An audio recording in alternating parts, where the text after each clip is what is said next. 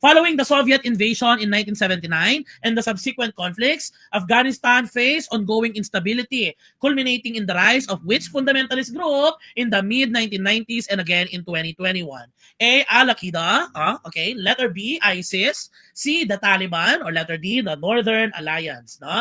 Puro letter C po ang nakikita natin no? Sa usapang Afghanistan. No? Sino nga po ba no? Ito pong militanteng grupo na ito, itong fundamentalist group na ito na talaga naman pong malik no? Sa kanilang pag-impose ng kanilang kapangyarihan. That is, you're right, it's letter C, the Taliban group. No? Ayan.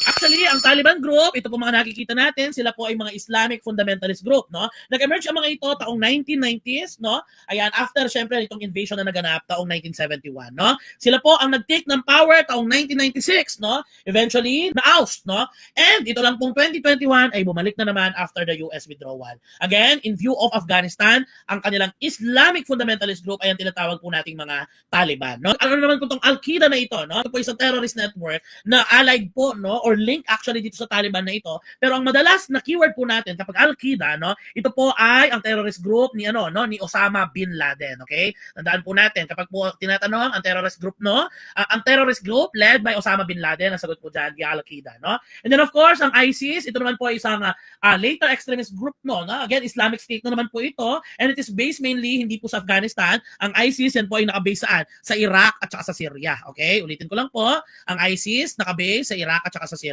No? And lastly, ang Northern Alliance, okay, ito po isang coalition, no, which is fighting against the Taliban naman. So malayo na siya, no?